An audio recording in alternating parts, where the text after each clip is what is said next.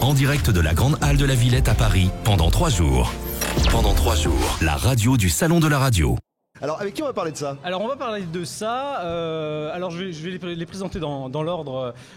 Hélène Valero-Chevalier, qui est la programmatrice musicale de Radio Vinci Autoroute et qui était chez Autoroute FM avant. C'est la même maison, mais il y a eu une fusion entre-temps. C'est une programmatrice musicale qui parle à des autoroutes et c'est un métier quasiment unique. C'est-à-dire que c'est vraiment... aujourd'hui, il y a peu de gens qui ont comme enjeu de programmation de parler à des gens qui sont sur des axes pendant des temps d'écoute peu communs dans la profession et qui n'ont pas des contraintes vraiment territoriales ou culturelles. Il y a des vieux, il y a des jeunes, il y a quelques étrangers sur les autoroutes. Il y a absolument tout le monde. On ne cherche pas à plaire à une tranche d'âge. Il faut satisfaire tout le monde. Il y a des contraintes. Il faut être le moins segmentant possible. Il ne faut pas que les gens s'endorment au volant. Vraiment, mais elle en parlera mieux que quiconque. Éric Barlet pour A63 Atland. Alors Éric Barlet est ici concessionnaire autoroutier. C'est la seule personne finalement à cette table qui ne fait pas de radio, mais l'autoroute, c'est lui qui en a le contrat de concession. Donc il est l'interface entre l'État et la radio, il est aussi l'interface entre l'État et l'exploitation autoroutière, et c'est lui qui a besoin d'un 177 pour son autoroute.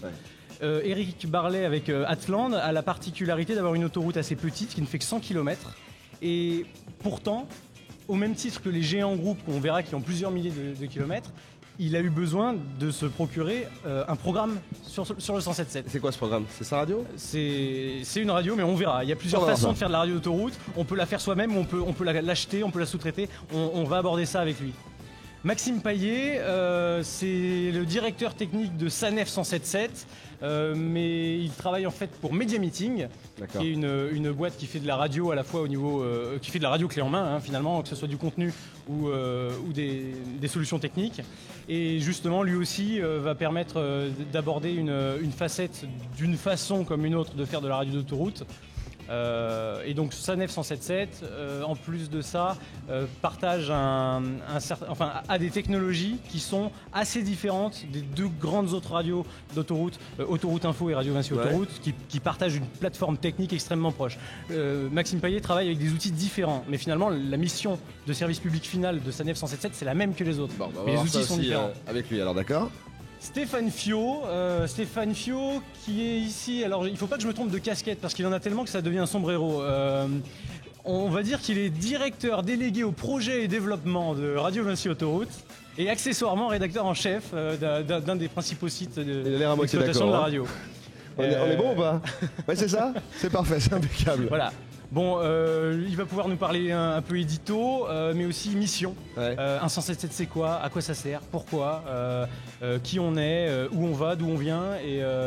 Et en plus, Stéphane Fiot a la caractéristique, si j'ose dire, d'avoir fait absolument, et en un temps assez court, toutes les étapes de la carrière d'une radio d'autoroute. Je crois savoir qu'il y a une petite dizaine d'années, il était ce qu'on appelle décrocheur trafic. C'est un peu le caniveau de l'autoroute, c'est-à-dire qu'il dormait sur un clic-clac au fond des studios et on le réveillait à 2h du matin parce qu'il y avait un poids lourd couché. Je l'ai connu, il était comme ça? Voilà, ça c'est quand il était petit et maintenant il est un peu plus grand. Roger Andrieux est ici, vétéran du 177, il travaille pour Stick FM. Stick, c'est un des diffuseurs du 177. Roger Andrieux est une des personnes qui ont assisté à l'avant, au pendant et alors je peux pas dire à l'après puisqu'on est pendant, mais il connaît un peu en long, en large, en travers les problématiques d'isofréquence, de la diffusion sur autoroute. C'est une technique très spéciale avec des antennes réglées d'une certaine façon. Et je crois savoir, et il pourra me faire signe si je me trompe, que Roger Andrieux était là en 91 quand on a allumé le premier émetteur du 177 à Orléans. Donc il y a vraiment un historique très complet, essentiellement technique, qu'on va pouvoir survoler avec lui. Et enfin, nous avons Vincent Buffin, c'est une régie de pub qui s'appelle Ketil Media. Vincent Buffin vend du contenu publicitaire à des annonceurs sur l'autoroute et c'est un métier qui n'est pas un métier comme un autre. On ne peut pas vendre de la pub parce qu'on ne s'adresse pas au même type d'auditeur, donc on ne peut pas vendre de la pub comme on vend sur Radio FM, casser l'éditeur toute l'année. C'est ça, je pense, je prends un exemple, une locale RTL2 par exemple, je vois un peu comment peuvent fonctionner les régies de pub. Ils vont aller chercher des annonceurs locaux, un supermarché, une boîte de nuit, quelque chose comme ça. Il y a un enjeu territorial. Quand on fait de la publicité sur autoroute, et il y a seulement quelques acteurs, et se compte sur les doigts d'une main, qui font ça en France, il faut aller vendre un hamburger qui est dans 120 km en fait. Parce que le gars qui va entendre la pub, il compte faire sa pause dans 1h30. Exactement, Et ça c'est un métier, et en plus il y a des chiffres absolument démesurés d'audience. Et l'audience, c'est le gros point d'interrogation de cette conférence. On aura, je le sais, du mal à le résoudre parce que je ferai un point d'abord en introduction quand même sur la complexité d'organiser un événement comme ça. D'accord, ok. Est-ce qu'on va aborder un petit peu le futur également? On abordera le futur. Je vais poser une question très vague à la fin et puis chacun m'apportera une facette de l'objet de demain. Parce que les autoroutes changent, les auditeurs aussi et les radios s'adaptent. Vous pouvez commencer à préparer, ce sera très vague la question, mais commencez déjà à réfléchir, ce sera pour la fin. On va y aller? Oui. Allez, ça se passe donc à l'Agora, ici à la Grande Halle de la Villette pour le Salon de la Radio 2017 et également donc en direct sur la radio du Salon de la Radio. On y va.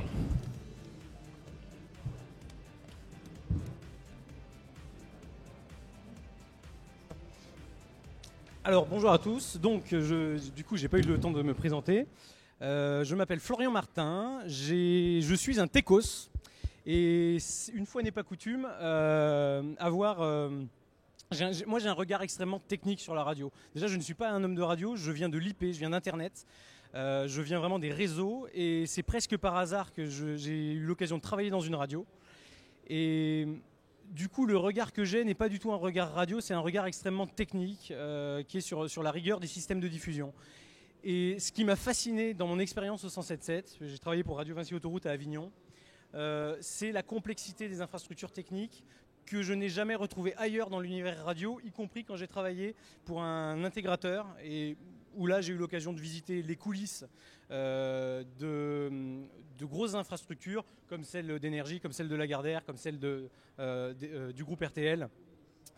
Et les radios d'autoroute sont vraiment... j'ai lu dans un ouvrage il n'y a pas très longtemps la célèbre inconnue. Tout le monde l'écoute ou l'a écouté. Mais finalement, peu de gens soupçonnent ce qui s'y trame. Donc la conférence consiste en fait en une sorte de nuage de mots-clés consécutifs. Je ne sais pas où a été déplacé mon ordinateur avec les slides parce que ma petite télécommande ne les pilote plus. Très bien. On va commencer par un peu d'histoire. Et là, je vais faire appel à mes invités. Un peu d'histoire. Alors en matière d'autoroute, j'ai une carte qu'on va appeler régulièrement. Voilà. Ça, c'est la carte d'aujourd'hui. Aujourd'hui, les radios d'autoroute, c'est ça. Alors, il faut bien comprendre, cette carte, elle est fournie par le CSA. Alors, je l'ai un tout petit peu modifiée pour ajouter les logos. Chaque point que vous voyez est un émetteur. On en parlera tout à l'heure quand on va causer diffusion FM. Pour chaque point, c'est un site de diffusion. Il y a une cabane et un pylône. Aujourd'hui, le gros du marché autoroutier en France est réparti entre une petite dizaine de concessions autoroutières. Alors un petit peu plus si on compte les filiales et les sous-réseaux de certains groupes. Mais aujourd'hui, il y a 3 radios principales qu'on entend quand on écoute le 107.7. C'est vrai que les Parisiens connaissent plutôt Sanef et Autoroute Info. Et par contre, dans le sud de la France, aujourd'hui, c'est Radio Vinci Autoroute qu'on entend. Et on verra qu'il y a quelques petites concessions qui sont dans des couleurs. Par exemple, il y a un petit bout de la 63 qui vient de l'Espagne et puis la 65 à côté, qui sont finalement des autoroutes assez petites, mais qui exploitent quand même un 107.7 et donc qui ont fait appel au service des autres pour y arriver. On va commencer donc par un petit peu d'histoire. Alors là, pour le coup, je m'adresse peut-être plutôt à Roger Andrieux, parce qu'il était là au début. Alors si j'arrive à... Voilà. Oui. Alors c'est l'histoire où vous voyez le péage coûtait encore 1 franc. C'est ça qui m'intéresse. Oui, bonjour à tous. Donc la radio autoroutière a démarré avec une première fréquence attribuée en 1988 à Coffee Route, qui était le 89.2. Au départ, c'était un gros émetteur de 5 kg qui diffusait jusqu'à Orléans et jusqu'à Luigny. Et on ne pouvait pas poursuivre cette technologie-là de gros émetteurs. Le RDS n'était pas encore bien développé. On n'avait pas le réseau de transmission nécessaire sur le réseau Coffee Route.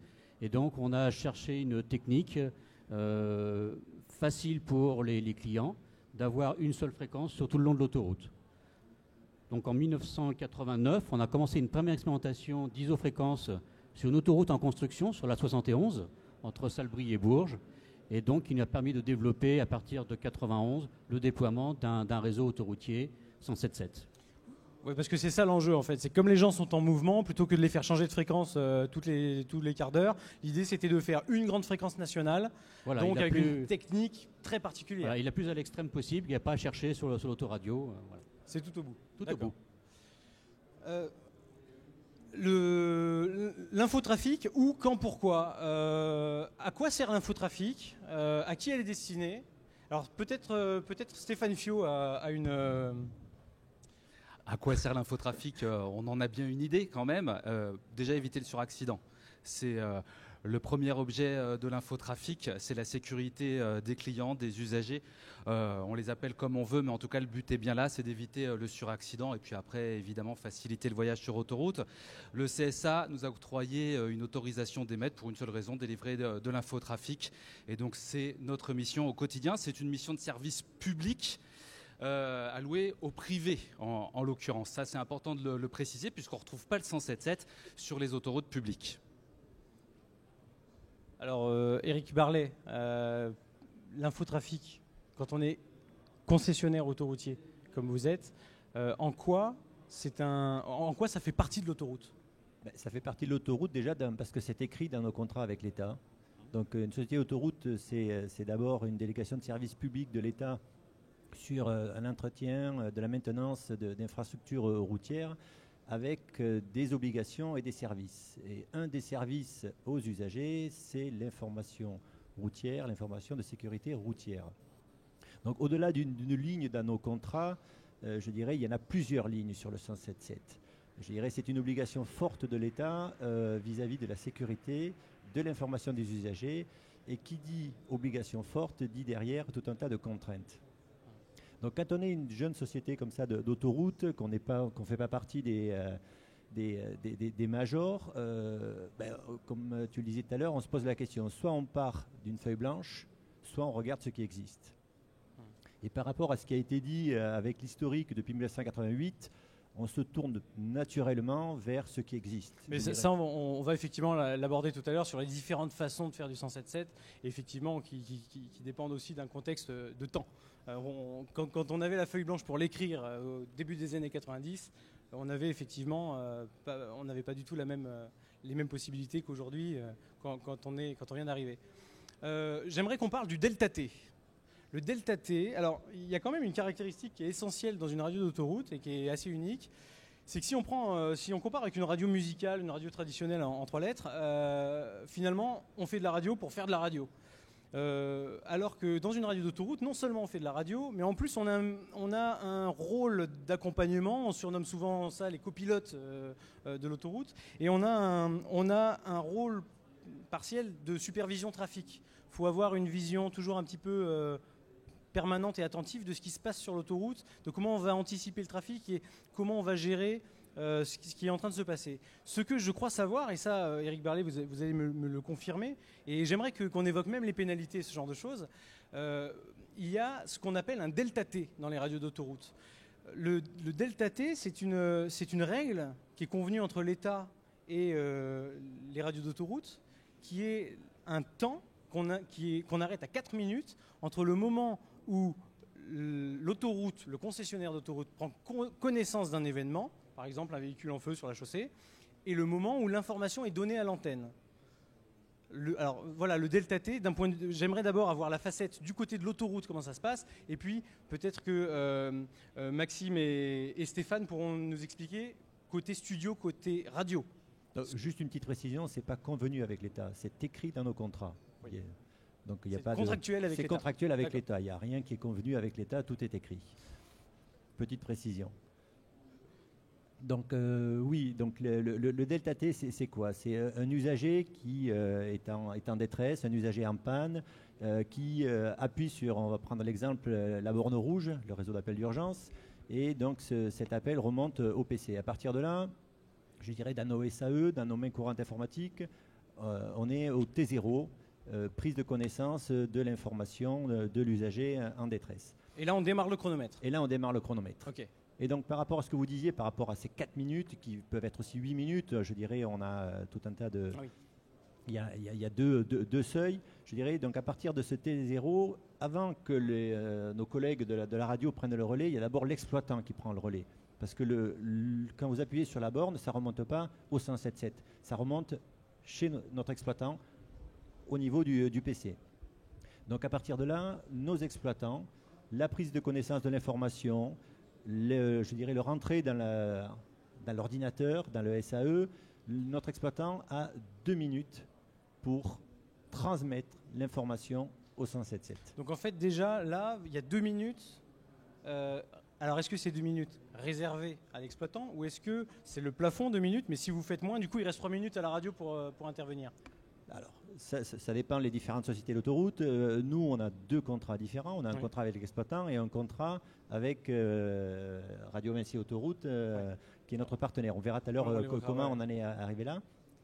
Mais après, donc au-delà de la gestion de nos contrats particuliers, moi j'ai un contrat avec l'État. Aujourd'hui, les 4 minutes sont contractuelles avec l'État. Si mon exploitant met 3 minutes et si ma radio est très réactive et met 30 secondes, je suis en dessous du seuil des 4 minutes. Par contre, après, moi j'ai une gestion de mes contrats privés avec mes 2 sous-traitants. Et alors, si vous dépassez, qu'est-ce qui se passe? Ça doit forcément arriver dans l'année. Je dirais, qui surveille, qui compte et surtout, qu'est-ce qui se passe? Pour prendre un terme footballistique, on a un carton rouge. Oui. Et derrière le carton rouge, il y a des pénalités. Oui. Donc on a droit à certaines tolérances qui sont définies dans nos contrats, mais les pénalités ont des montants très élevés si on dépasse les seuils qui sont dans nos contrats. Alors quand vous dites très élevé, dites-moi au moins, c'est 5 ou 6 chiffres? Non. Par an. Mais ça dépend, c'est à l'unité. Donc je dirais aujourd'hui, si vous êtes mauvais élève, si vous cumulez plusieurs mauvaises notes, eh bien, vous cumulez plusieurs fois des nombres à plusieurs chiffres. Oui, en effet. D'accord. Ça peut monter très vite. Vous avez un exemple où c'est vraiment sensible? Non, je dirais quand vous avez déjà des pénalités à 5 chiffres, ça commence à faire déjà. D'accord. Donc voilà pour le delta T. Et l'État, je dirais, il y a eu toute la polémique un petit peu sur les sociétés d'autoroute et l'État où on ne va pas refaire l'histoire, mais je dirais l'État nous contrôle sur ces sujets, sur ces indicateurs-là et sur d'autres. Oui. Et je dirais que ça soit, on travaille beaucoup avec Stéphane sur ce sujet-là, on a des contrôles et des audits de l'État sur la remontée de ces indicateurs et la prise réelle du fameux delta T. Et vous le connaissez votre delta T moyen à peu près, tous autant que vous êtes? Parce que bon, 4 minutes c'est donc un plafond, c'est un objectif, mais vous êtes plutôt à 2, 2,30 Plutôt aux alentours de 2, peut-être même parfois en dessous. D'accord. Ok. Alors, il y a effectivement différents modèles parmi les radios d'autoroute, différentes façons de le faire. Les grands groupes le font principalement en interne. Alors, c'est aujourd'hui le cas d'Autoroute Info et de Radio Vinci Autoroute. C'est que finalement, la concession en propre, par exemple le groupe AP2R, APRR je devrais dire, a des studios, a des salariés dans ces studios au sein du siège social de la concession et exploite une radio pour son propre compte et aussi pour le compte d'autres concessions d'autoroute immédiatement voisines ou partenaires. Mais on peut aussi, alors Éric Barlet, vous en êtes la preuve vivante, finalement vous avez 104 km je crois d'autoroute. Tout à fait. Ça paraît, alors je crois savoir qu'en plus pour 100 km vous avez 100 personnes. À peu près, oui. Voilà. Ça paraît difficilement dimensionnable de monter des studios, de faire du 107.7 en propre. Donc là, vous me disiez, quand vous arrivez sur le marché en 2013, c'est mieux de regarder qui y a autour, qui sait faire, et on lui achète un programme. Tout à fait. Je dirais que quand vous exploitez une autoroute, l'important c'est, je dirais, vous avez beaucoup d'obligations, beaucoup de services à l'usager. L'important c'est dans chaque domaine de s'associer à un professionnel. Et aujourd'hui, partir de la feuille blanche, vu les risques encourus, c'était pas imaginable. Donc à partir de là, on lève la tête, on regarde qui sait faire, qui sait bien faire. Ils savent tous bien faire, mais après il y a des contraintes de proximité. Et quand on regarde la carte qui a disparu, Elle est là, elle est arrivée. quand on voit le réseau violet par rapport au réseau jaune et au réseau bleu turquoise, quand on est... C'est-à-dire que vous êtes tout en bas à gauche de la France, donc disons que tout autour de vous, il y a déjà des 107.7, il y a un 107.7 en exploitation. On aurait pu très bien passer avec une autre société, mais je dirais, tout à l'heure vous parliez de services publics, il faut raisonner aussi usager. Aujourd'hui, je dirais, il faut raisonner continuité de réseau. Je dirais l'axe A63, je prends l'exemple si on me donne la parole, donc c'est l'ancienne National 10 qui va de Bordeaux à Biriato en Espagne. Contre la bleue, là. Voilà. Aujourd'hui, il est important que l'usager qui parte de Bordeaux sache, je dirais, jusqu'à Biriato, avoir le même niveau d'information, que ce soit en temps de parcours ou en information d'événements. Ouais, avec une cohérence en plus sur l'antenne. C'est vrai qu'il y a des zones de cohabitation et de chevauchement. Alors on en parlera d'ailleurs, je pense, avec Roger Andrieux tout à l'heure, parce qu'il y a des trucs assez rigolos qui se passent vers Clermont-Ferrand, par exemple, où vous traversez par exemple la France d'ouest en est, et vous êtes sur Radio Vinci Autoroute, vous passez sur Autoroute Info sur une petite partie du trajet, puis vous reprenez Radio Vinci Autoroute plus tard. Et alors si vous continuez ensuite vers Grenoble ou l'Italie, vous reprenez encore du Autoroute Info. Donc il y a effectivement une problématique d'axe et de cohérence d'antenne, et c'est vrai que quand vous êtes sur un axe et qu'en plus vous êtes petit, vous avez cette souplesse-là, il y a une certaine logique à prendre l'exploitant voisin. Juste Florian, qu'on soit petit ou qu'on soit gros concessionnaire autoroutier, on a les mêmes obligations vis-à-vis de l'information usagée, je dirais, et de nos clients sur l'autoroute. Je dirais, il n'y a pas de discrimination. Aujourd'hui, Société l'autoroute concédée, contrairement au réseau national, nous avons les mêmes obligations vis-à-vis du 107.7 et des obligations vis-à-vis de nos usagers. Alors chez Sanef, c'est un peu différent. Sanef achète un programme clé en main. Maxime, vous m'expliquiez un petit peu tout à l'heure que finalement, il y a des gens qui font de l'autoroute et il y a des gens qui font de la radio, et chacun son métier. C'est ça, c'est ce pourquoi en fait l'exploitant, suite donc à un appel d'offres, a choisi Media Meeting pour fournir son programme. C'était en 2014. Et en fait, voilà, c'est la volonté de Sanef de dire, ce que vous disiez, nous on est des professionnels de l'autoroute, on sait exploiter une autoroute, c'est notre métier, c'est notre cœur de métier. Nous chez Media Meeting, on est des spécialistes de la radio. On fait de la radio depuis 2004, depuis que l'entreprise a été créée. On fait de la radio, que ce soit pour de l'infomobilité, mais aussi pour des entreprises, ou même de la radio FM, tout ce qui est de plus classique, de la musicale, enfin du broadcast. Donc c'est vraiment notre cœur de métier. Donc du coup, tout ça se met un peu en symbiose, et ça a une logique en fait, puisque ça permet d'aller encore plus loin, puisque chaque professionnel se challenge un peu dans son domaine de compétences, et du coup, on a aussi, nous aussi, des obligations par rapport à Sanef, qui est notre client du coup. Donc on a des obligations de qualité, on a des indicateurs qui sont régulièrement évalués, au même titre que ce que parlait M. Barlet des autoroutiers qui sont évalués par l'État. Et nous on est évalués par notre client qui est Sanef, des indicateurs donc qualité, des indicateurs techniques, les indicateurs aussi au niveau du delta T, nous qui sont indexés évidemment sur les 2 minutes entre la radio et le PC, puisque voilà, forcément les deux autres sont dépendantes de l'exploitant. Enfin, en tout cas, voilà un petit peu comment ça se passe chez Sanef. Et alors avant, c'était Radio France. Oui. Ça faisait longtemps, vous savez, non Ça faisait depuis le début que Radio France était opérateur de Sanef 107.7, enfin ex 107.7 FM. Radio France a démarré en fait 107.7 FM avec Sanef. Mais alors du coup, si vous êtes, parce que bon, j'ai bien compris ce qu'était Media Meeting. Quand vous dites finalement Sanef, c'est un client. Est-ce que c'est un gros client? C'est un bon client. C'est un bon client. C'est un bon client. C'est un gros client effectivement. Sanef, c'est quand même une entreprise qui appartient au groupe Abertis et qui est de facto un gros client, forcément. Un client avec qui on aime beaucoup travailler et avec qui ça se passe très bien, donc on est très content d'avoir Sanef comme client. Il y a combien de personnes de Media Meeting qui sont affectées à Sanef 107.7? Alors je crois qu'on doit être aux alentours d'entre 18 et 20 personnes globalement. Pour combien de kilomètres? Aux alentours de 2000 km d'autoroute. 2000 km, 20 personnes, d'accord. Voilà. C'est, je crois, sensiblement le même ratio chez RVA, parce qu'il y a une quarantaine de personnes à l'antenne pour 4400 km. Voilà. Donc c'est dans les grandes lignes, c'est ça. D'accord. Alors, un petit problème de télécommande, décidément, parce que l'ordinateur est... Voilà, il y a des super pouvoirs. On parle des super pouvoirs. Vous le savez, les radios d'autoroute sont absolument insupportables, puisque pendant qu'on écoutait tranquillement son CD ou son baladeur ou je ne sais pas quoi, on est de temps en temps happé par l'autoradio. Et on subit un point d'information trafic qu'on n'avait parfois pas demandé. Alors ça, c'est parce qu'on ne sait pas configurer son autoradio, certes. Néanmoins, c'est un grand mystère technologique, ça. Comment ça marche? Alors ça, c'est vraiment une question que j'aurais tendance à poser à Roger, parce qu'il connaît le sujet technique côté émetteur.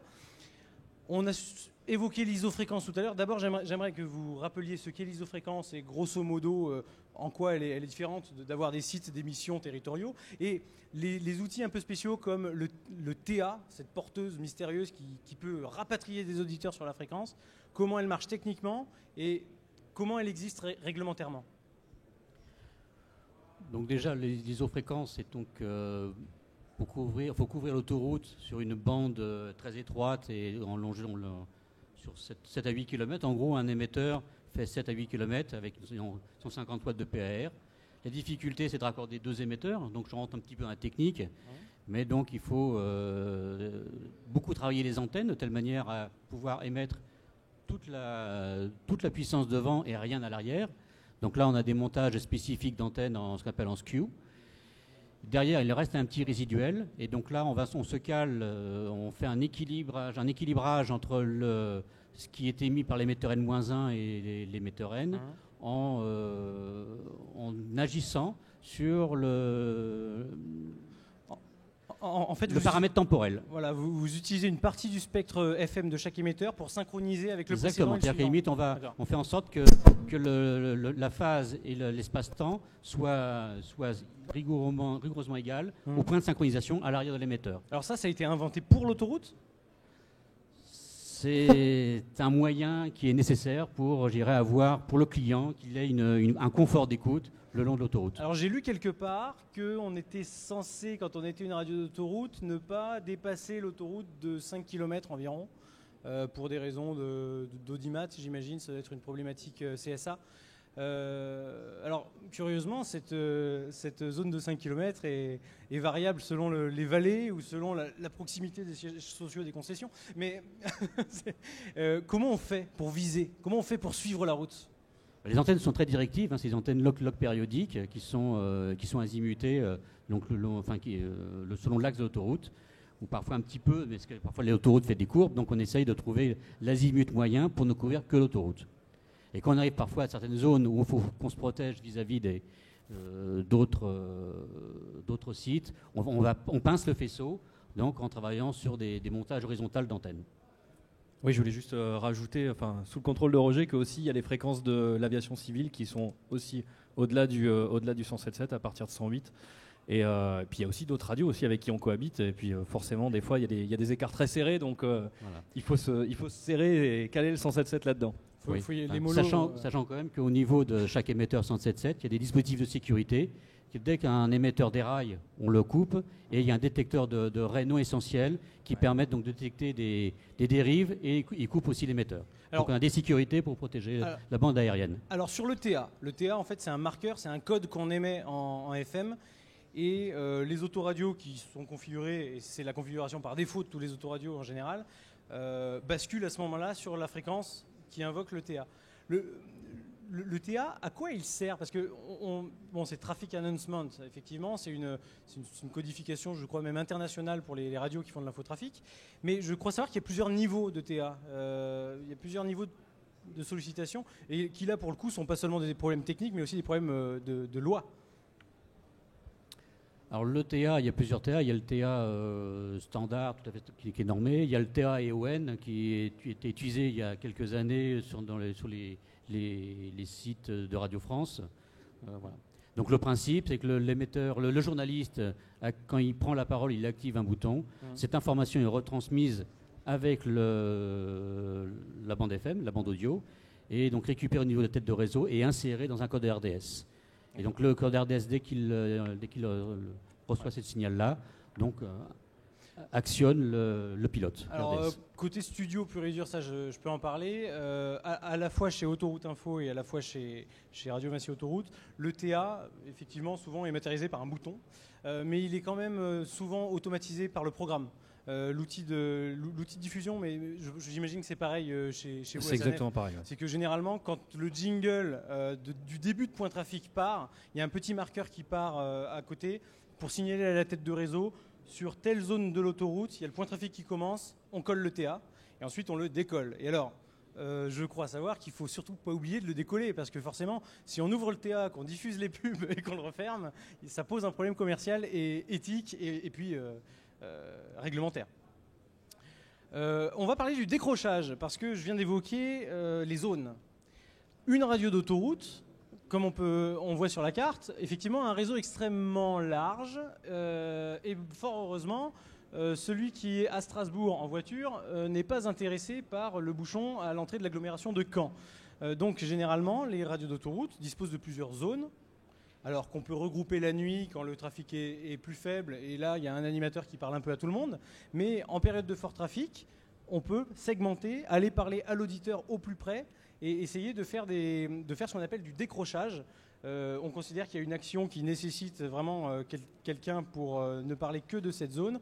On fait un décrochage ciblé. Et alors vous avez toutes les trois grandes radios d'autoroute, des systèmes d'adressage dynamique, d'affectation de vos studios à vos différentes zones de diff. Alors, l'écran que je projette, c'est un outil d'Autoroute Info. Alors d'ailleurs, je salue au passage Philippe Sablé, directeur technique d'Autoroute Info, qui a été d'un grand support documentaliste pour moi pour préparer cette conférence, avec qui j'ai eu l'occasion de travailler avec IP Studio. On peut effectivement dynamiquement affecter tel ou tel studio de tel ou tel site sur tel ou tel process vers des émetteurs différents d'une concession. C'est ce genre d'outil qui est en plus généralement extrêmement ergonomique, voire tactile dans les radios, se fait en fonction des besoins, en fonction du trafic, avec une réactivité extrême. Chez SANEF, chez Radio Vinci Autoroute d'abord, c'est carrément un outil tactile en studio. Donc ce que vous voyez là, c'est dans les 11 studios, tous identiques de Radio Vinci Autoroute. Le journaliste se penche, touche la zone à laquelle il veut parler et il peut envoyer un pas micro, il peut parler d'un chien errant sur une zone d'une petite centaine de kilomètres.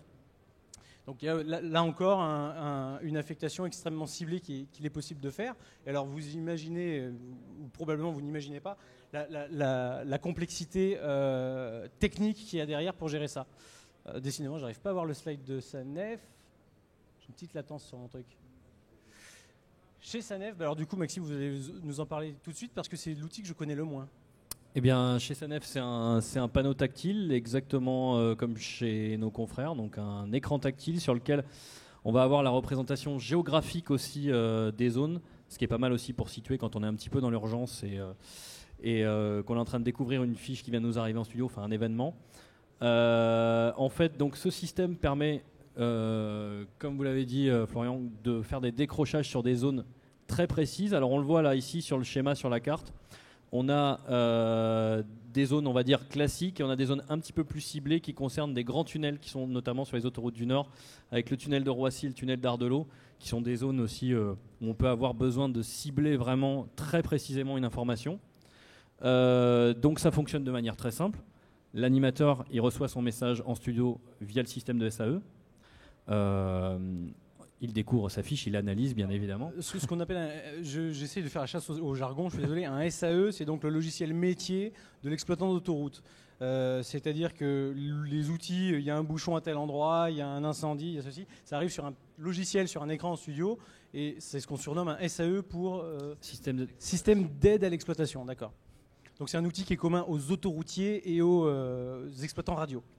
Voilà, donc du coup, il reçoit ce premier message, ou même sur un second message, hein, ça arrive de refaire des décrochages. Et donc là, soit le système d'exploitation lui indique quelle zone il doit décrocher.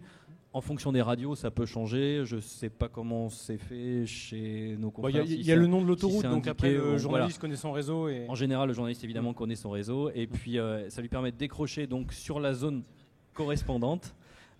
Pour pouvoir passer le message sur une portion réduite d'autoroute pour à la fois informer les bonnes personnes mais ne pas perturber le programme pour les autres automobilistes, surtout quand on est sur une diffusion par exemple de nuit en tout réseau, en réseau beaucoup plus large où là forcément on va impacter beaucoup plus de personnes. Alors jamais en panne. Une radio d'autoroute, comme on l'a vu tout à l'heure, a un engagement contractuel extrêmement lourd avec l'État pour diffuser une info à 4 minutes et avoir une mission de service extrêmement stricte, une obligation de service. Donc elles ne sont, et je peux en témoigner en connaissance de cause, jamais en panne. Du moins, tout est fait pour qu'elles ne tombent jamais en panne, et absolument tout, et ça c'est quasiment vrai chez tout le monde, est doublé, voire triplé. Sur un site de diffusion, généralement, on a plusieurs studios. Sur chacun des studios, on a plusieurs chaînes audio. On a des chaînes de secours, on a des départs de secours, des moyens d'acheminer le signal jusqu'à l'émetteur secouru, doublé, parfois triplé. Il y a même certains concessionnaires qui se payent une montée satellite de secours pour aller causer aux émetteurs si on a un problème de météo sur la parabole principale. Et en plus à l'émetteur, alors ça c'est pour le coup j'ai une question pour Stick. Moi je me suis toujours demandé ce qu'il y avait dans la cabane au pied du pylône. Parce que, alors d'ailleurs vous m'avez dit tout à l'heure, il y a à peu près, si on additionne tous les sites Stick et tous les sites TDF, que sont les deux principaux diffuseurs des radios d'autoroute, il y aurait 900 sites de diffusion. Globalement, il y a 900 sites en France. En France, sur toutes les autoroutes, il y a 900 sites de diffusion. Oui, en gros, sur 9000 km, on compte un site où il 10 km, ça fait à peu près 900 sites. Il y a quoi dans une cabane ? Alors, dans un émetteur, en fin de compte, il est divisé en plusieurs parties. Il faut de l'énergie. Donc, il y a déjà un onduleur, un atelier d'énergie de 120 volts qui permet, en cas de coupure EDF, de tenir 8 heures. Ensuite, vous avez deux arrivées optiques. Une arrivée donc, du programme normal et le programme secours, qui peuvent parfois venir par des chemins différents, donc soit venir par le nord puis l'autre par le sud, de manière à complètement sécuriser. Et après, vous avez donc l'émetteur par lui-même qui monte, qui active les antennes. Alors chez Stick, tous les émetteurs sont en fibre optique ou vous avez parfois des faisceaux hertziens ou d'autres technologies ? Aujourd'hui, chez Stick, notre alimentation des émetteurs se fait par fibre optique. Voilà. On est en train de déployer des sites avec des réseaux IP maintenant. Mais pour l'instant, c'est de la bande de base sur fibre optique. Alors je sais que chez TDF, en particulier sur tout le réseau ASF, là pour le coup c'est du satellite. Le Radio Vinci Autoroute envoie par satellite plusieurs programmes, tous les programmes en fait, de chaque zone, plus un programme de décrochage dynamique. Et les émetteurs sont dynamiquement adressés en fonction des besoins. C'est bon, il y a un bouchon sur la 9, on affecte un studio à tel émetteur et on peut adresser dynamiquement tel ou tel émetteur. Mais finalement, le côté studio, ça se passe de la même façon qu'on cause sur un émetteur Stick ou un émetteur TDF. Ça, on s'en fout. L'audio part, il passe à travers une tête de réseau et la technologie, elle est propre au broadcaster, au diffuseur. Maxime, chez Sanef, oui. Qu'est-ce qui se passe s'il y a une bouteille d'eau renversée sur un studio ? Déjà, j'ai plus de son, ma console est par terre. Qu'est-ce qu'on entend sur l'autoroute ? Déjà, pas de boisson dans le studio. On fait la guerre un peu là-dessus. J'en ai vu qui mangeaient des pizzas. Il y en a toujours, il y a des irréductibles. Mais en tout cas, si un studio tombe en panne, ce qui peut tout de même arriver, on peut totalement réaffecter un autre studio dans l'instant. Par exemple, pour citer l'exemple de chez Sanef, eh bien, on a 3 studios. J'ai un CDM en fait. On a 3 studios donc, qui peuvent être affectés dynamiquement au réseau de diffusion. Donc que ce soit si le studio est en panne, mais que ce soit aussi pour les différents moments de la journée, en fonction du volume de trafic, où on va avoir plutôt un studio d'ouvert la nuit, 2 studios d'ouvert la journée, voire jusqu'à 3 studios d'ouvert sur l'intégralité du réseau. Donc voilà, c'est en fonction aussi de ça. Donc on a ce système de secours-là. On a aussi des systèmes de redondance poussés vraiment à l'extrême.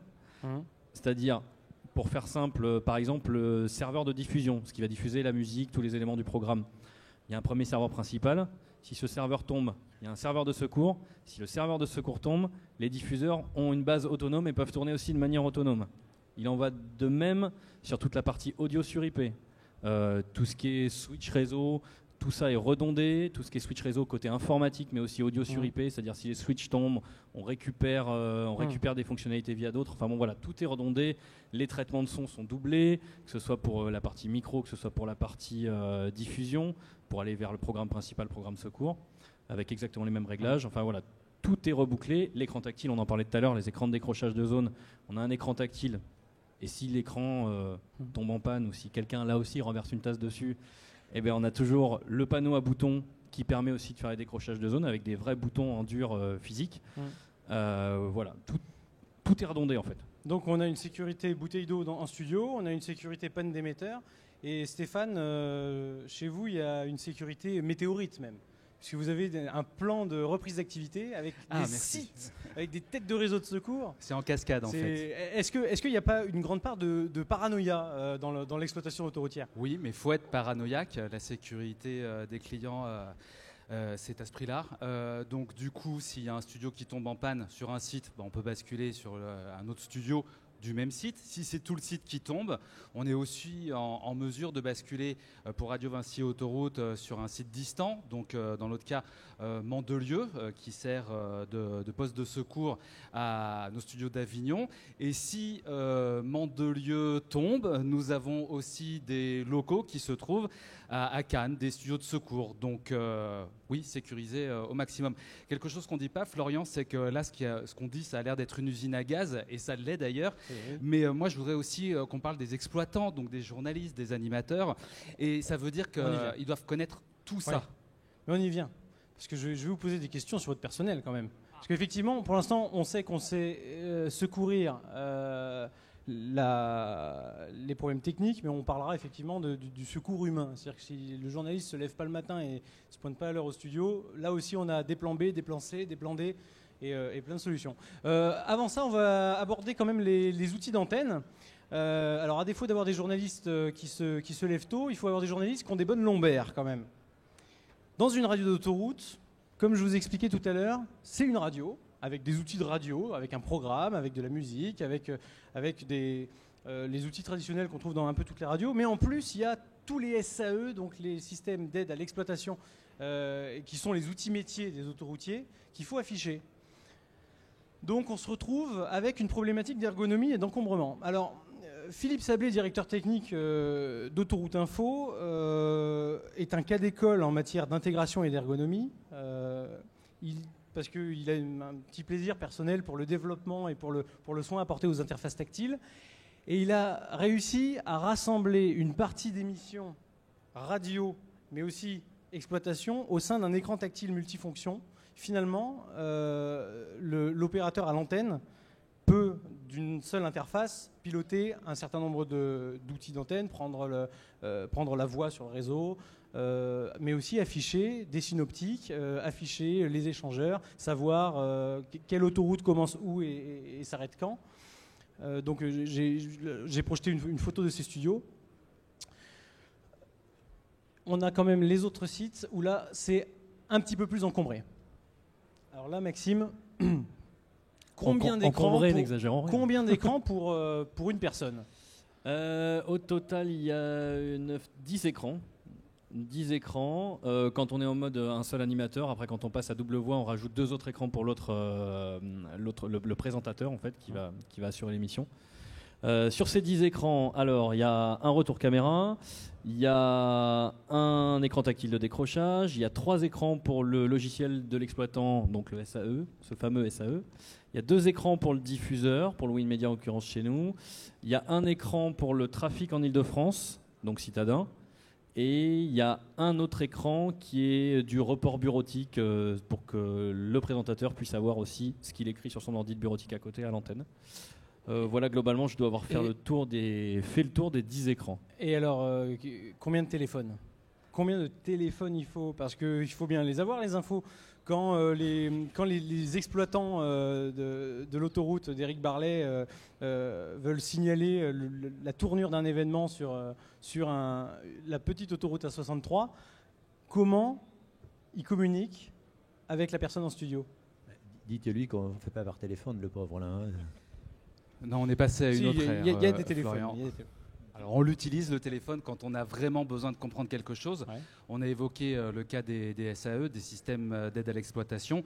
Chaque société d'autoroute a donc son système d'exploitation et la radio d'autoroute a accès au système d'exploitation pour couvrir le réseau qui lui incombe. Donc en l'occurrence, puisque nous fournissons le 107.7 à Atland, on a accès dans ce cas précis au SAE, à l'outil métier d'Atland. On a la version évidemment finale, hein, on ne voit pas le détail de ce que contient le SAE, et donc on reçoit une fiche, l'équivalent d'une dépêche, voilà, tout simplement, on reçoit une fiche en studio et on fera appel au téléphone si on ne comprend pas bien la fiche. Ce qui veut dire aussi, si on prend le cas du 107.7 de Radio Vinci Autoroute, d'Atland et Autoroute de Gascogne FM, puisqu'on ne les a pas nommés, ça veut dire qu'en studio, le présentateur a 4, 5, 6 SAE qui ont chacun leur spécificité. Et encore une fois, je reviens à l'exploitant, ça veut dire qu'il faut connaître tous ces SAE parce qu'il n'y a pas forcément d'harmonisation au niveau de ces SAE. Florian, au-delà de bien connaître les réseaux, il y a aussi la multiplicité des événements en simultané. Et ça, je dirais, vis-à-vis des personnes qui sont derrière les écrans, je dirais, je ne suis pas persuadé que tout le monde sache le nombre d'événements qui se passent sur autoroute et le stress que ça peut générer derrière et de la bonne gestion qu'il faut avoir quand vous avez 2, 3, 4 événements en même temps et qu'il faut annoncer tout ça. Par exemple, sur une autoroute comme l'A63 Land, donc le petit segment dans le sud-ouest, qu'est-ce que vous appelez un événement? Combien vous en avez d'événements par semaine, par exemple, ou par an? Bonne question. Je dirais. Non, un indicateur. Non, mais un indicateur, il n'y a pas de secret là-dessus. Je dirais les événements sont légers. Par exemple, en juillet-août, on a en gros 600 événements qu'on remonte à Radio Vinci Autoroute par mois. D'accord. Donc si vous divisez par 30, ça fait 20 événements par jour sur 5 km. Alors c'est quoi un événement? C'est un bagage tombé sur la bande d'arrêt d'urgence ou c'est un poids lourd en feu? C'est tout ça? Ah oui, c'est tout ça. C'est un chien égaré, c'est un piéton sur l'autoroute, c'est un incendie sur le bord de l'autoroute, c'est un véhicule en panne sur la voie de droite, c'est un accident, c'est tout un détail, un listing d'événements. Justement, ça fait partie des sujets qu'on travaille avec notre partenaire sur la définition même des événements et des événements qu'on doit remonter à l'usager parce que la multiplicité des événements nuit à la bonne information. Donc il faut bien cibler et donc je dirais 600 événements par mois. Quand vous multipliez ça par donc 5 km par une zone couverte par RVA par 4 ou 5, ça fait beaucoup d'événements à gérer en même temps par l'opérateur. J'ai une petite plaisanterie personnelle sur la photo qui est projetée, qui est un studio de Rueil-Malmaison de Radio Vinci Autoroute. Il se trouve qu'en ce moment, je suis responsable informatique du service de santé au travail de tout le département Corrèze. Et j'ai montré ça à ma collègue ergonome qui m'a dit « Oh, mais quelle horreur! Mais comment ça peut passer? Comment on peut travailler comme ça ?» Et c'est vrai qu'effectivement, c'est de l'endurance. Pour avoir côtoyé les journalistes et les exploitants dans des radios qui cumulent comme ça les différents outils métiers, c'est extrêmement contraignant. Alors la suite. Le personnel d'antenne, on y vient. Alors, j'entends parler d'animateurs, j'entends parler de journalistes, je sais aussi qu'il y a des pigistes. Comment vous partagez ça? Qui fait quoi? Que peut faire un animateur? Que peut faire un journaliste? Peut-être Stéphane Donc déjà, Florian, vous êtes sur les statuts, donc animateur, journaliste, c'est ça qui vous intrigue. Alors il y a un peu d'histoire derrière ça aussi. Ce sont des choix historiques. Par exemple, ASF, quand la société d'autoroute a créé Radio Trafic, le choix a été fait de faire appel à des animateurs. D'autres sociétés ont fait le choix de faire appel à des journalistes. Et maintenant, on est plutôt sur un mix des deux. En tout cas, pour certaines sociétés, on va plutôt vers les deux, puisque vous évoquiez l'accompagnement. Oui, bien sûr, notre mission, c'est la sécurité des usagers, des clients, mais il y a aussi de l'accompagnement. Donc, ces deux statuts cohabitent aujourd'hui. Mais c'est plutôt lié à l'histoire. Alors, il y a une petite partie de l'équipe de SANEF 107.7 à gauche. D'ailleurs, il n'y a pas que du personnel d'antenne. Je reconnais même certaines personnes qui ont changé de radio au fil de leur carrière. Et à droite, une équipe de Radio Vinci Autoroute, Rueil, l'équipe parisienne, juste après leur changement de studio. Un pigiste, on on fait appel à lui plutôt le week-end, plutôt la nuit, ou il fait partie vraiment du programme? Parce que... Non, je vais parler et je vois que Arnaud Ducoudray en face dit à peu près la même chose. Non, on fait appel quand on en a besoin, tout simplement, ni le week-end ni la nuit. Enfin, un pigiste chez nous, c'est pas voilà, le caniveau, hein. Il n'est pas là pour boucher les trous. Non, c'est un journaliste à part entière et qui fait, enfin, un journaliste ou animateur d'ailleurs, puisqu'il y a les deux statuts encore une fois. Non, il fait partie des effectifs de la radio au même titre que les permanents. Alors, puisqu'on parle de personnel, moi j'ai quand même envie de parler de salaire. J'ai côtoyé un certain nombre de personnes dans l'univers de la radio ces quelques dernières années. Je crois savoir, et je sais que je ne me trompe pas, que l'infotrafic quand même, ça paye. Alors effectivement, il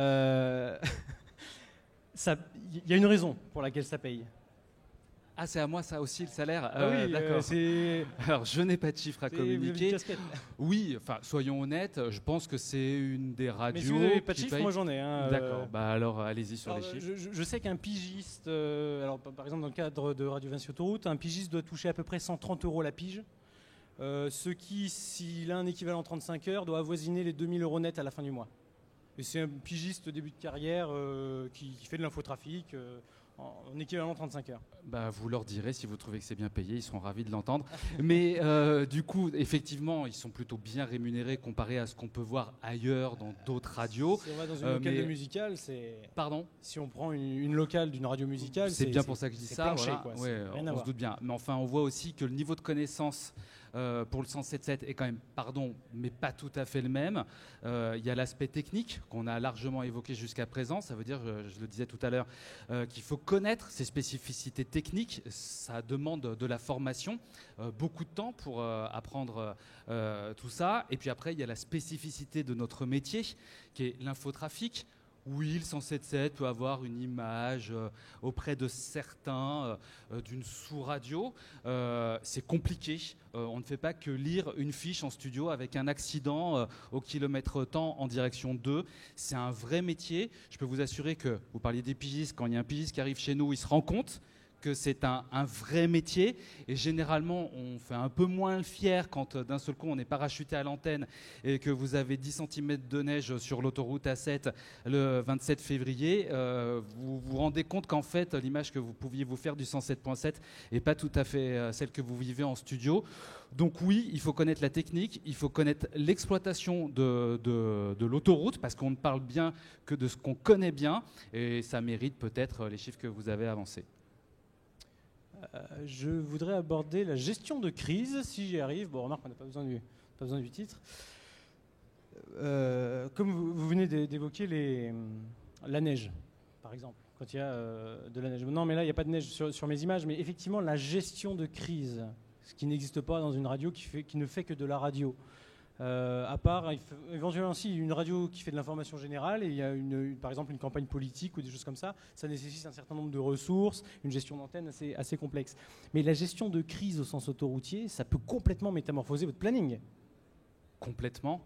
Mais on a dans notre ADN cette notion de service public, et donc du coup on va se redimensionner dès que la situation l'exige. Récemment, il y a eu l'A13. Évidemment, toutes les équipes de Sanef 107.7 se sont dimensionnées.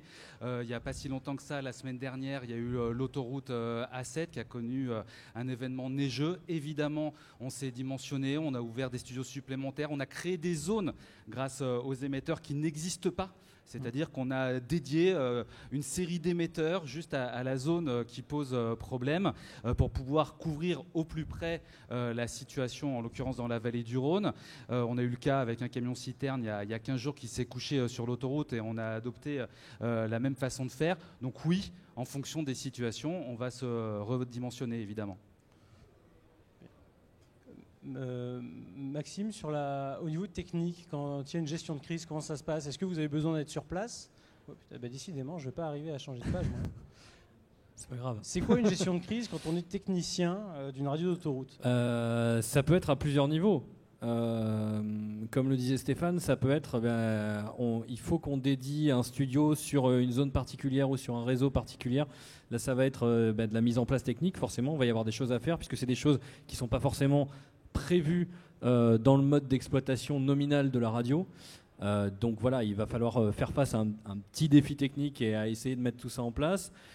Il y a aussi pendant les crises, le matériel aussi est sursollicité, donc ça peut être à ce moment-là. En général, les pannes, ça tombe jamais au bon moment. Ça tombe pas à 15h une après-midi, tout tranquillement, on est en train de boire le café. Non, ça tombe en pleine crise quand il y a 10 cm de neige sur la route. Donc là, effectivement, il faut aussi être là pour pouvoir résoudre les problèmes et puis faire fonctionner tout ce qu'on a mis en place, toutes les sécurités qui ont été mises en place. Mais un dimanche à 22h, oui. Comment on fait ? On répond au téléphone. D'accord, donc et maintenant on a beaucoup d'outils qui nous permettent d'intervenir à distance sur certains problèmes, qui nous permettent de faire de la télémaintenance ou alors complètement, maintenant comme tout est virtualisé, on peut même affecter des studios, j'irais même jusqu'à dire de chez moi, de mon ordinateur, il y a des sécurités bien sûr, il y a des mots de passe, tout ça, personne, voilà. Je peux allumer le micro du présentateur. Ouais. C'est poussé jusque là, c'est-à-dire que vraiment toute la partie technique est télémaintenue et peut être contrôlée à distance. Donc les déplacements en astreinte technique, il y en a de moins en moins. Il y en a toujours quand même, puisque des fois il faut être là physiquement. Voilà. Mais sinon il y en a de moins en moins. Mais en tout cas, effectivement, quand ça le nécessite, on est là. Mais je veux juste rajouter que on a justement volontairement rendu des interfaces très simples, comme on l'a vu sur les différents écrans tactiles, que ce soit chez Autoroute Info, chez Radio Massy Autoroute et chez SANEF 107.7, des interfaces très simples pour que justement que la technique soit pas un frein pour l'animateur, le présentateur, le journaliste en période de crise. Il faut que la technique elle aide ce présentateur quand il est à l'antenne. Il ne faut pas qu'elle soit un blocage à chaque fois, qui se pose la question mais qu'est-ce que je dois faire quand j'ai ça ? Il faut que ce soit instinctif.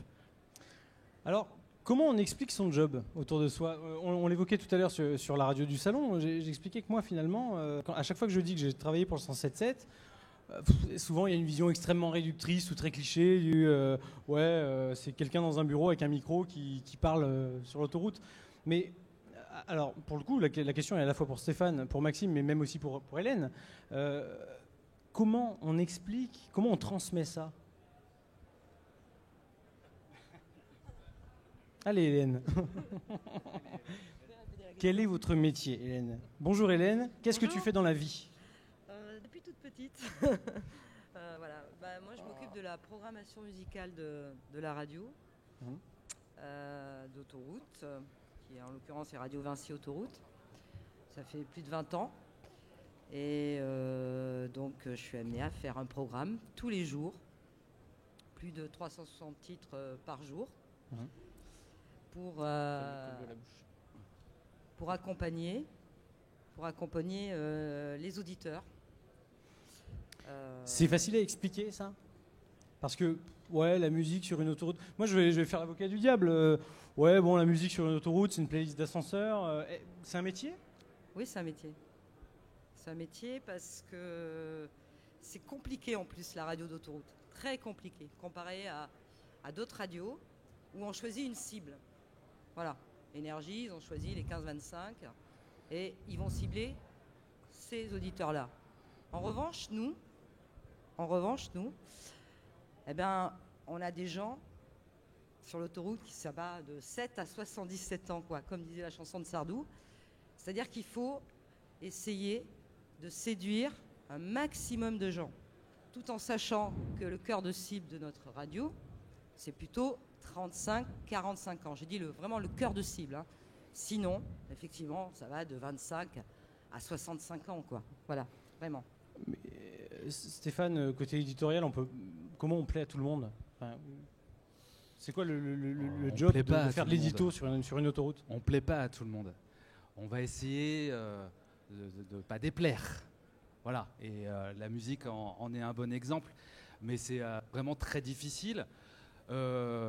Déjà, entre nous, c'est l'objet de beaucoup de débats sur ce que doit être le programme du 107.7. C'est vrai pour tous les 107.7, il n'y a pas de recette exacte. Et c'est vrai de toute façon pour toutes les radios, c'est encore plus difficile pour nous de contenter tout le monde. S'il y avait une recette parfaite, on le saurait. C'est comme le football, j'aime bien prendre cette analogie. On pense toujours quand on regarde le match qu'on aurait fait la meilleure équipe du monde. Souvent, pour le 107.7, on pense toujours qu'on a la meilleure idée du siècle pour que le 107.7 soit le meilleur. Généralement, c'est pas tout à fait comme ça que ça se passe parce que, comme le précisait Hélène, il y a des attentes des auditeurs, des périodes de l'année qui font qu'on n'a pas tout à fait envie de la même chose. On reçoit souvent des mails pour ce que je connais à Radio Vinci Autoroute, d'auditeurs qui vont trouver tel titre absolument génial et d'autres qui vont le trouver imbuvable. Alors la vérité, elle est certainement entre les deux, que ce soit pour la musique ou sur l'ensemble du programme. Mais effectivement, c'est pas simple compte tenu de la cible qui est la nôtre, puis compte tenu des enjeux aussi. Enfin, encore une fois, il y a la sécurité routière, il y a la somnolence au volant, la première cause d'accident mortel sur autoroute. Tout ça, ce sont aussi des choses qu'on doit avoir en tête quand on crée le programme. J'ai intitulé un petit chapitre radio. Florian, oui, si je peux rajouter quelque chose. Juste pour préciser, il y a 3 radios d'autoroute comme tu le montrais sur la carte, et il y a 3 manières différentes de faire de la radio pour le même service, en fait. C'est-à-dire que chacun va avoir ses spécificités de programme, aussi bien chez Radio Vinci Autoroute que chez Autoroute Info ou que chez SANEF 107.7. Il va y avoir des spécificités, par exemple, on parlait de la musique par rapport à la musique. Il va y avoir des manières de fabriquer un programme musical ou alors de créer une antenne qui vont être différentes. Mais à la fin, l'essentiel, c'est qu'on reste le 107.7 et on rend le même service. Voilà, je vois par exemple, nous de notre côté, on a mis des choses en place sur le programme, on fait des tranches à 2 voix sur la matinale et sur le drive. Voilà, c'est quelque chose qu'on a mis en place cette année. Il y a d'autres choses qui sont faites aussi. Il y a du tranchage aussi, des tranches spécifiques chez Radio Vinci Autoroute le matin, le midi et le drive aussi. Et pareil sur Autoroute Info, il y a différents modes d'exploitation, mode vert, mode rouge. Enfin voilà, tout ça, c'est des manières de faire de la radio qui rendent le même service au final à l'auditeur, mais qui sont des manières différentes de faire de la radio. Ça serait sympa qu'on entende J'avais fait une petite collection de jingles, un petit peu vintage. De temps en temps, les gars, vous pouvez en envoyer un. On avait notamment des très vieux jingles, très vintage d'un peu tout le monde. Vous écoutez Autoroute FM, la première radio d'autoroute en Europe. Bon, je ne sais pas si c'est encore d'actualité. Sur ce périmètre, Radio Escar, qu'on a déjà évoqué tout à l'heure avec Eric Barlet, sur la cohabitation, il y a des choses qui m'intéressent énormément. Pour l'avoir vu et vécu, les gens derrière le micro sont souvent persuadés qu'ils feraient beaucoup mieux la remontée d'informations trafic s'ils étaient à la place du gars devant l'outil de supervision. Et l'exploitant considère bien souvent que du côté du micro, on fait toujours mieux le boulot de l'autre. Comment on cohabite humainement, techniquement, parce que vous partagez les infrastructures, vous partagez le réseau, vous partagez les locaux et même certains personnels techniques. Comment on cohabite financièrement? Comment on cohabite politiquement? Alors c'est peut-être là plutôt Eric Barlet et peut-être Stéphane qui ont des enjeux quotidiens. On est obligé de s'entendre avec son exploitant. Mais c'est un rapport client-fournisseur, Maxime le disait, tout simplement. Donc on a un contrat, on est tenu de tenir notre contrat. Et comme avec n'importe quel client, on fait tout pour que le client soit satisfait. Eric est là et on échange beaucoup. S'il y a des points à améliorer, on tente de les améliorer. C'est vrai dans les deux sens. Si on n'a pas respecté un délai de diffusion, on va essayer de comprendre pourquoi on n'a pas réussi à tenir ce délai de diffusion. Et inversement, s'il y a eu un événement sur le réseau Atland, on va essayer de comprendre pourquoi l'information est pas bien remonté, mais c'est pas plus compliqué qu'un rapport client-fournisseur en fait. Eric? Non, tu as très bien résumé. La difficulté des fois que l'on a, c'est quand mon exploitant affiche sur les panneaux messages variables suite à un événement, écoutez 107.7. Ouais, les panneaux jaunes sur les ponts là. D'accord. Non, ils ne sont pas jaunes, ils sont noirs et après on a de l'affichage en orange. Orange, oui. Ouais. Donc je dirais aujourd'hui les panneaux messages variables sont un outil d'information pour l'usager important et de plus en plus on est limité à un nombre de caractères, un nombre de lignes sur ces panneaux et donc je dirais souvent puisqu'on a un formidable relais qui est 107.7, on décrit brièvement et on met écouter 107.7. Et aujourd'hui nous la difficulté que l'on a et des retours qu'on a des usagers parce que je dirais ils n'hésitent pas à s'exprimer sur le sujet, c'est de dire vous m'avez indiqué d'écouter 107.7 et ils n'ont rien dit. Où il n'y avait plus l'événement, ce genre de choses. Donc aujourd'hui, dans nos relations, c'est vraiment d'être en symbiose sur l'événement et le temps réel. Et Pour Media Meeting, comment ça se passe? Vous êtes dans les locaux de Sanef? Alors on est dans les locaux de Sanef, effectivement. Sanef nous met à disposition des locaux et du matériel. Alors le matos, c'est pas vous? Le matériel appartient à Sanef, au concessionnaire, et les studios également. Donc voilà, nous on amène l'humain et le savoir-faire. Donc les présentateurs, l'équipe encadrante et le savoir-faire de Media Meeting. Et évidemment, on a, entre guillemets, c'est le même principe, hein, c'est-à-dire que ce que tu disais Stéphane, le client, le fournisseur, et puis forcément il y a des engagements qui sont de chaque côté, ça je l'ai dit au début de la conférence, avec éventuellement des pénalités et des indicateurs de qualité et des indicateurs techniques aussi. Alors je pense que tu voulais évoquer aussi la partie technique, comment on cohabite techniquement avec l'exploitant. Alors je vais parler pour mon cas qui est celui que je connais le mieux. En fait, nous, on fournit un signal audio, une radio. Et là, on arrive jusqu'aux têtes de réseau. Et nous, entre guillemets, notre fourniture, elle s'arrête là, à la tête de réseau. On fournit le programme pour les têtes de réseau qui vont être après partir sur les différentes autoroutes. Donc chacun son périmètre. Voilà, chacun son périmètre. Ça permet aussi de savoir à qui s'adresser pour de la maintenance éventuelle.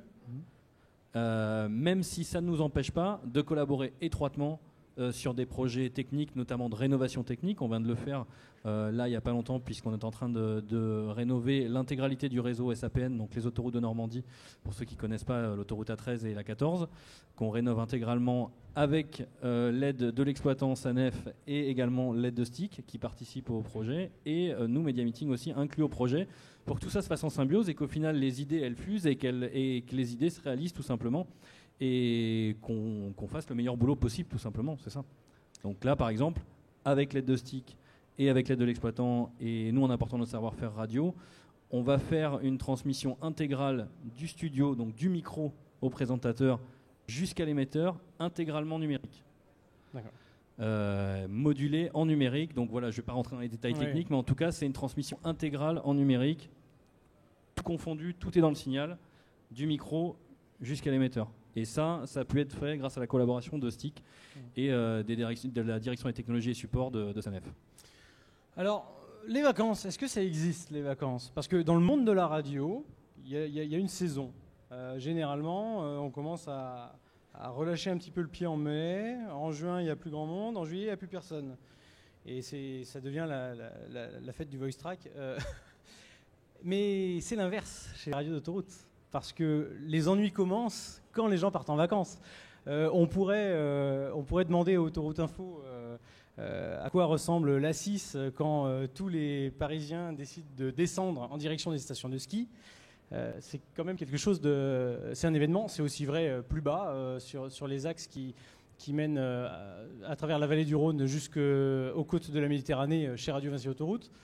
Alors, pendant les vacances, finalement, c'est là où vous vous mettez à bosser à double, voire triple puissance. Non, on bosse toute l'année. Le programme est différent, mais c'est toute l'année. Alors, qu'est-ce qui change ? Est-ce que c'est un métier saisonnier, finalement ? Pas du tout, enfin pas vraiment. Disons qu'on va faire peut-être appel à un peu plus de pigistes sur cette période-là, mais pas plus que ça. Surtout la spécificité, en tout cas pour Radio Vinci Autoroute, c'est pas plus de 15 jours de congé. Alors oui, ça fait un peu râler, mais pas plus de 15 jours de congé l'été. Si on peut un peu plus, on fait un peu plus, mais sinon c'est la règle. Et effectivement, c'est généralement chez nous pas plus de 2 personnes en congé en même temps l'été, parce que sinon effectivement on peut pas suivre. Alors peut-être Éric Barlet, vous avez quelques chiffres. Tout à l'heure vous avez évoqué, non vous n'avez pas de chiffres.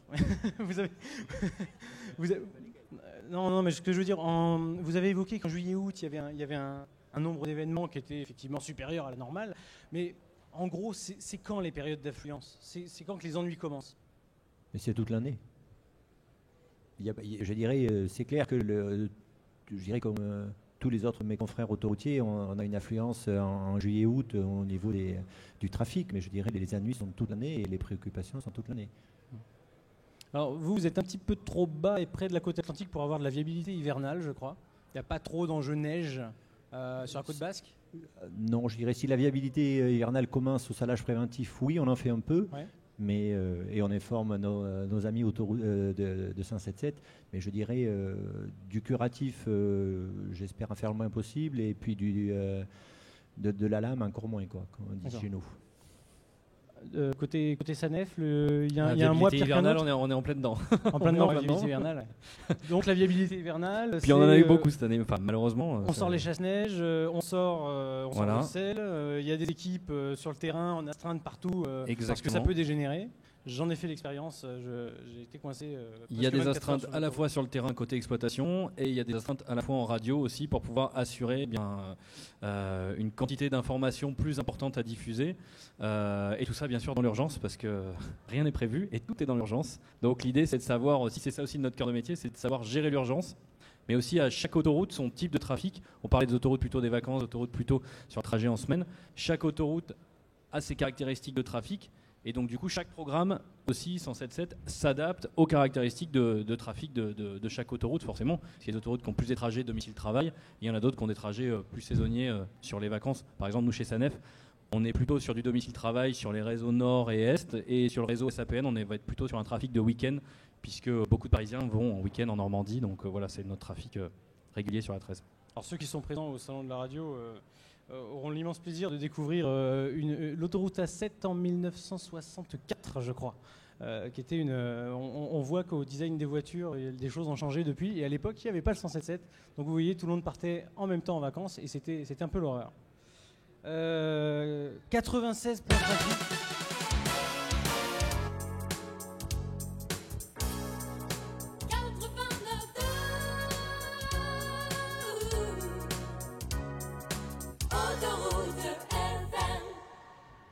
Il n'y a pas un SANEF 107.7 ou quelque chose de SANEF là, j'en ai un.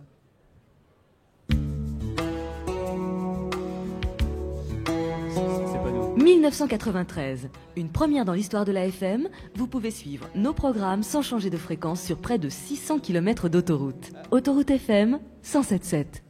Ouais, c'est un petit peu grandi depuis les réseaux d'autoroute. Tous les quarts d'heure, on a un point trafic. Ça fait donc 96 rendez-vous timés, millimétrés par jour. Millimétrés, je sais pas, on donne l'information qu'on a à donner, donc on prend le temps, même si on essaye de le calibrer autant que faire se peut. Alors, je demande même la nuit, est-ce que c'est bien pertinent de tous les quarts d'heure donner un rendez-vous alors qu'on sait très bien qu'à 3h du matin généralement ça, quelqu'un qui vient sur le 107.7 veut savoir ce qui se passe sur l'autoroute, que ce soit normal ou pas. On est là pour ça. De toute façon, déjà, c'est un engagement vis-à-vis de nos clients, des sociétés d'autoroute, vis-à-vis du CSA. Et de toute façon, et c'est encore plus vrai aujourd'hui qu'hier, et ça, c'est les chaînes d'information continue qui ont apporté ça, c'est qu'un auditeur veut l'information tout de suite. Il la veut pas dans une demi-heure, il la veut maintenant. Donc oui, c'est pertinent tous les quarts d'heure, et même quand ça va bien, parce que le fait de dire que ça va bien, c'est aussi une information qui est importante pour les auditeurs. Là, pour le coup, je crois que tous les quarts d'heure, c'est commun à toutes les radios d'autoroute. Tout le monde fait ça. Tout le monde fait ça. Alors, mon petit slide, j'ai plus de piles, je vais y arriver. Le journalisme. Que reste-t-il ? Alors, vraiment, je suis l'avocat du diable. Journaliste, quand on travaille pour la filiale d'un groupe au CAC 40 et qu'on parle de l'exploitation de l'autoroute de ce groupe au CAC 40, est-ce que c'est possible ? Alors quand je dis CAC 40, en plus, je ne cible pas en particulier Vinci, c'est une façon de parler. Non. Quand on travaille pour un empire financier derrière, après plusieurs rebonds à travers des filiales, à travers des prestataires, qu'est-ce qui reste du journalisme ? Tout. Tout ? Bah tout. Sauf que nous, on dit qui on est. Voilà. Mais comme TF1 et Bouygues, comme Europe et Lagardère, etc., etc. Sauf que nous, on le dit. Et on a l'honnêteté de le dire. Voilà. Donc tout. Au même titre que Le Monde, avec Free, etc., etc. Enfin, vous voulez d'autres exemples ? Non, mais est-ce que... C'est une question aussi que je peux porter à Maxime. Est-ce qu'il y a des leviers d'influence ? Vincent Buffin, du coup, qu'on a... Je voudrais rajouter quelque chose, c'est que la notion même de journalisme implique l'indépendance. Et c'est pour ça que même si c'est tous ces journalistes qui appartiennent dans des groupes médias, qui appartiennent à des grands groupes, restent indépendants, que ça plaise ou non à l'actionnaire. D'ailleurs, ça fait parfois des tensions, mais in fine, c'est le journaliste qui a raison. Je vais même aller au-delà. Puisqu'on parlait du CAC 40, c'est même plus que ceux qui ne disent pas qui ils sont, parce qu'en plus, on a entre nos petites mains, entre guillemets, l'image du groupe auquel on appartient. Donc, à ce titre, on doit être encore plus vigilant, plus indépendant vis-à-vis du groupe auquel on appartient, parce que ça pourrait avoir des conséquences pour lui si ça se passait pas bien, quoi. Donc on a une partie de son image entre nos mains. Voilà. C'est vrai qu'effectivement, c'est assumé chez l'ensemble, d'ailleurs, parce que chez Radio Vinci Autoroute et chez Sanef 107.7, c'est carrément dans le nom, mais même chez Autoroute Info, à chaque jingle Autoroute Info, on entend toujours la radio du groupe APRR. Donc c'est quelque chose qui est assumé et qui fait partie de l'identité de la radio, en fait. Alors, la suite. Quelle musique, Hélène? Quelle musique va-t-on écouter sur son trajet? Est-ce qu'on met n'importe quoi à n'importe quelle heure? Non, comme je disais tout à l'heure, justement, c'est que le programme, il est bien choisi pour justement accompagner tous ces auditeurs de tranches d'âge différents. Voilà. Donc de 7 à 77 ans. Voilà. Et donc, en fonction de tout ça, de toutes ces infos, en fonction aussi de nos quotas, parce que nous avons des quotas de la chanson française. Ouais.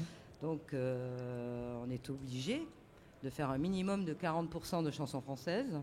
Et dans ces 40%, il faut qu'il y ait quand même 20% de nouveaux talents. Voilà. C'est là où il y a un gros problème dans les radios, en règle générale, c'est que tout le monde ne joue pas le jeu.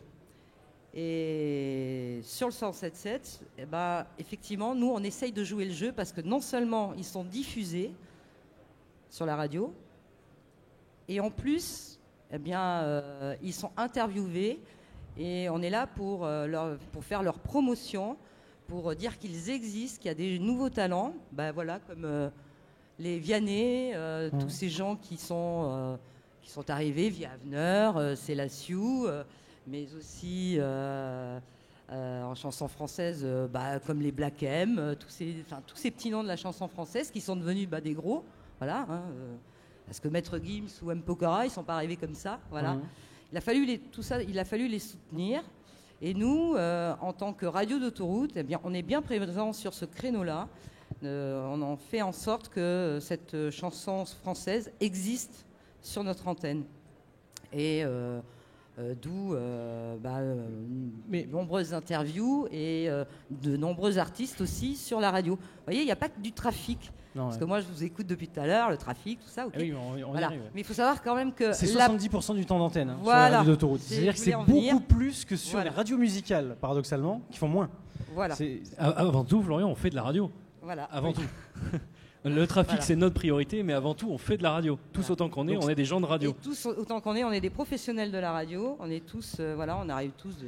Mais alors, ça fait une sacrée playlist.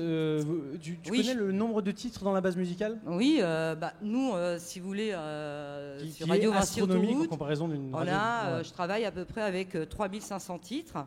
Quand je sais que sur d'autres radios musicales, ils travaillent avec 600 titres ou 300 titres. Effectivement, on ne joue pas dans la même cour. Voilà.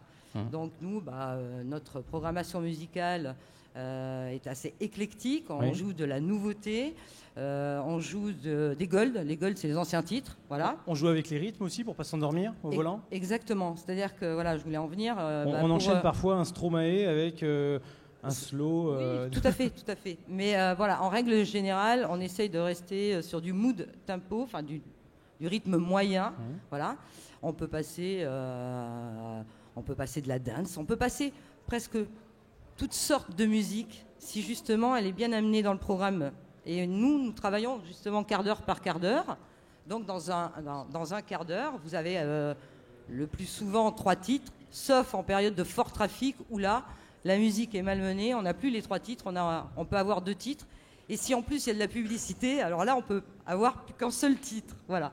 Donc de 12 titres ou 14 titres par heure, en été, en fort trafic ou alors en accident, en période de crise, on peut se retrouver avec 4 titres à l'antenne, quoi. Donc tout ça pour vous dire que la musique en plus est malmenée. C'est-à-dire que moi je vais choisir mes titres. Je ne fais pas F10 uniquement sur mon sélecteur. Voilà, je fais F10 et puis après je travaille quart d'heure par quart d'heure parce que je me dis à chaque fois, oui mais alors là s'ils vont supprimer des titres, lequel il faut qu'ils choisissent. Ils le savent puisque je leur dis à peu près, à tous, je leur dis il faut faire comme ça, je ne vais pas tout dévoiler, mais sur la mécanique est complexe. Quand tout à l'heure vous me disiez c'est un métier, oui c'est un métier. Je suis pas dans mon salon en train de me faire plaisir, quoi. Voilà. Donc on essaye déjà de plaire à un grand nombre de personnes, d'auditeurs, mais en plus, il y a ces contraintes de trafic, de publicité, où le programme peut être réduit à 4 titres ou 6 titres dans l'heure. Et du coup, c'est plus la même programmation musicale du départ. Voilà, d'où la complexité. Et en même temps, il faut penser à ces nouveaux talents, il faut découvrir et que ces nouveaux talents soient bien amenés à l'antenne et entre des titres qui sont fort connus, voilà. Alors pour avoir une durée d'écoute. D'accord. Oui, une durée d'écoute d'ailleurs qui est assez énorme. Qui est de plus de 80 minutes, donc voilà, plus de 80 minutes, nous envie, parce qu'effectivement, en même temps, c'est très important, parce que c'est aussi pour le trafic. La musique, si les gens aiment, ils restent. Si les gens n'aiment pas, ils zappent.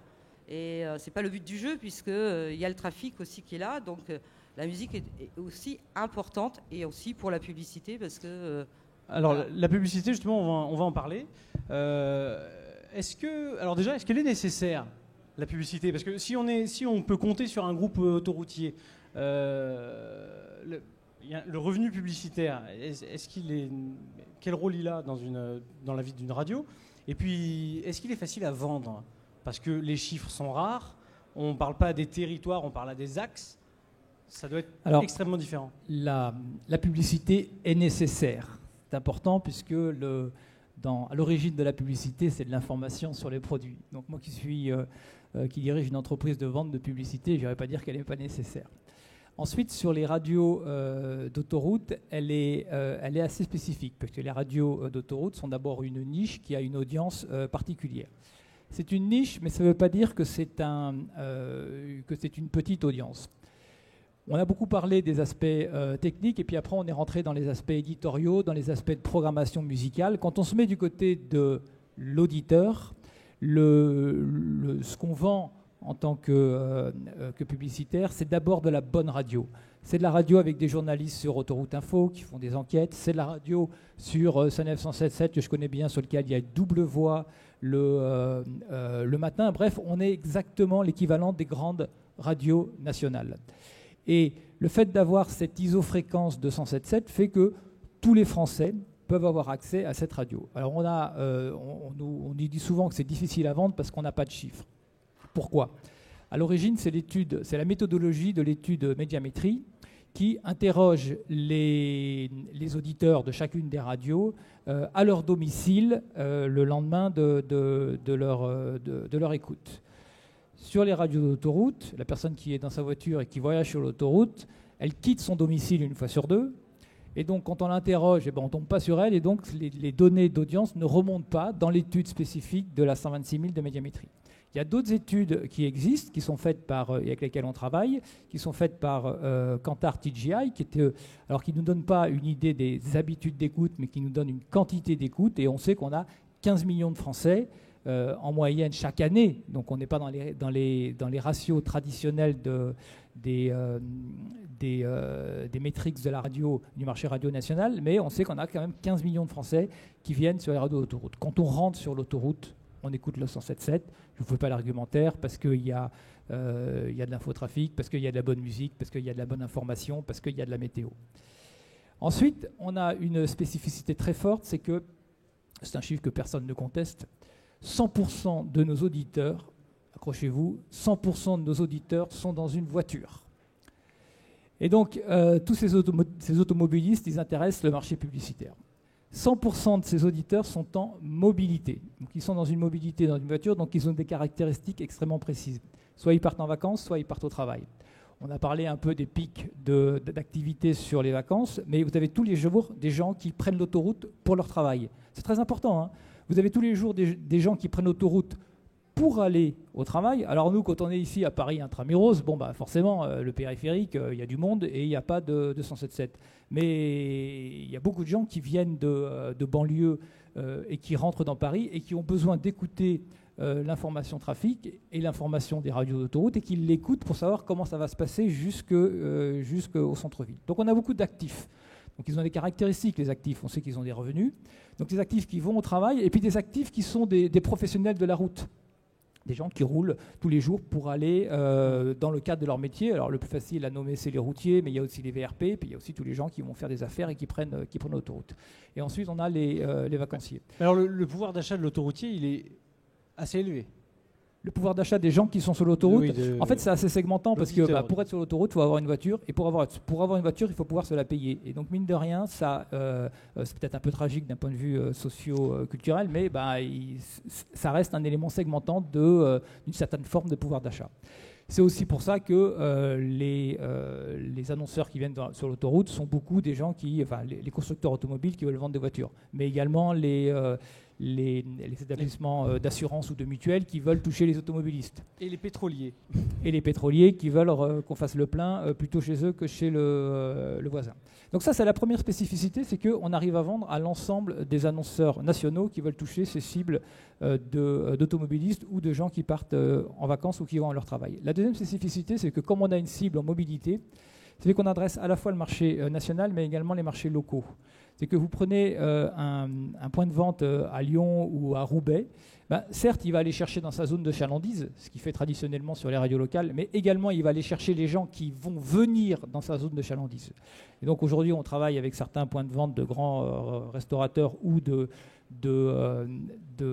magasins d'usines qui sont pas très loin de l'autoroute, et ils communiquent sur la radio que je commercialise, donc soit sur Autoroute Info, soit sur Sanef 107.7, pour aller chercher l'audience qui vient d'un endroit et qui va dans l'autre. On a pris pas mal de retard malheureusement. Je vais donc. Est-ce que j'ai juste 2 secondes pour revenir sur ce que disait Vincent. C'est pour ça que du coup, vis-à-vis de la radio, en collaboration avec la régie pub et avec l'exploitant aussi, on met en place des choses. C'est-à-dire, on met en place des tranches horaires spécifiques, des chroniques particulières, des choses qui peuvent également être vendues par la régie pub. Ça, c'est important aussi parce que c'est un travail en collaboration. Voilà. Et puis voilà ce que je voulais rajouter. Non, c'était tout. C'est juste ça. Du coup, j'ai sauté les opérations extérieures. Vous faites tous des opérations extérieures sur des sites et parfois vous déplacez une armée technique et logistique. Malheureusement, on va faire l'impasse, mais j'ai quand même une question à vous poser en partant de ce plateau. Et demain, le 107.7, à quoi va-t-il ressembler dans 10 ans ? Aujourd'hui, les voitures sont connectées. Aujourd'hui, une voiture extrêmement moderne qui dérape sur une plaque de verglas, elle peut envoyer au constructeur une statistique. À tel endroit, la route était endommagée. Et quand c'est 10 voitures qui passent et qui remontent cette info, on a une remontée factuelle de l'état de la route en temps réel. Et dans l'autre sens, les GPS connectés, les smartphones peuvent avertir l'utilisateur.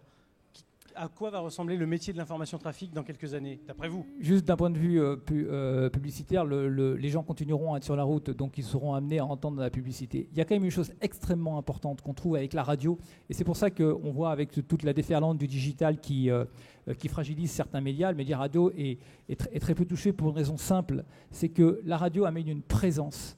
Et les gens écoutent la radio aussi parce qu'ils savent qu'ils ont une présence au bout du poste. Ce que ne peut pas amener un infotrafic GPS et autres outils qui fait bip bip quand on roule. Une présence et une analyse. On va prendre un cas très concret, Waze. Tout le monde connaît ce GPS communautaire acheté il y a quelques années par Google. Pas plus tard que dimanche, il y a un accident à Castelnaudary, on est bien content. L'automobiliste sait qu'il y a un accident à Castelnaudary, qu'il va lui falloir 45 minutes pour traverser le bouchon. Aujourd'hui, et l'évolution à mon avis du 107.7, elle est dans l'analyse du trafic. Waze ne sait pas que le dépanneur est arrivé sur place il y a 2 minutes. Waze ne sait pas que le dépanneur vient de nous dire qu'il lui fallait 10 minutes pour évacuer les véhicules et que donc dans 15 minutes d'accident il ne serait plus question. Et pendant tout ce temps, il y a Waze qui vous fait sortir de l'autoroute parce qu'il dit 45 minutes, il vaut mieux sortir, sors.